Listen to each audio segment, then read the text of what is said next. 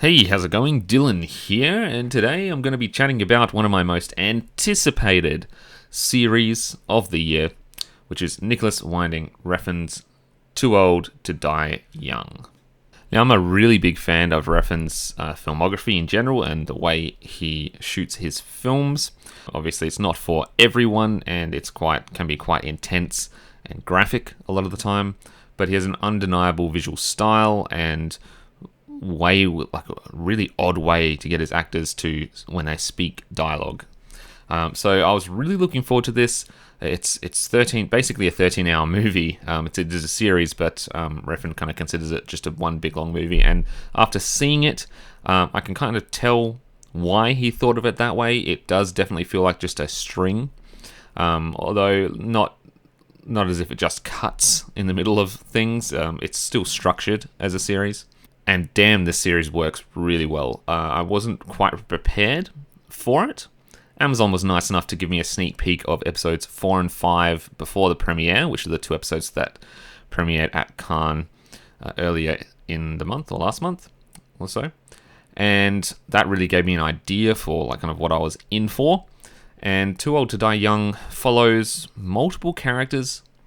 It's very interesting, very slow burn. If you can imagine a movie runtime stretched to 13 hours.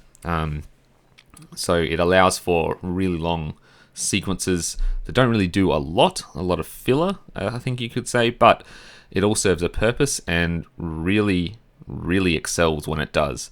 I wasn't quite expecting it in this series, but almost half of the series is spoken in English and half in Spanish. So that there are definitely some interesting stuff at work here in terms of metaphorical things and filmmaking. Really, really vivid visual style and fantastic performances by the entire cast. I want to really point out Christina Rodlow and Jenna Malone have some really cool moments in this, and are let to go crazy. But the same can be said with Miles Teller's character, Augusto Agrila, Neil Tiger Free, John Hawkes, etc., etc. Just some really great performances here. And William Baldwin, who his performance in this is crazy, but I enjoyed every minute of it. It's just so out of left field and crazy. Just really, really fun time. This series is definitely not for everyone, like all of Refn's films. Obviously, Drive probably being one of the most accessible films he's done. This series sits kind of more towards the Only God Forgives and the Neon Demon kind of area of his palatability with general audiences, I think. But it definitely still has some elements that are more from Drive, like there's more spoken parts than Only God Forgives, for example. And I really got enthralled in it once I hit episode 2. It was really I was along for the ride, basically.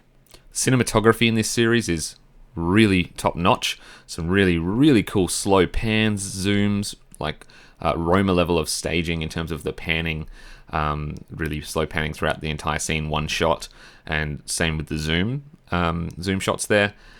What I really want to highlight is obviously one of the main things of most of Refn's filmography is Cliff Martinez's score for this is stunning.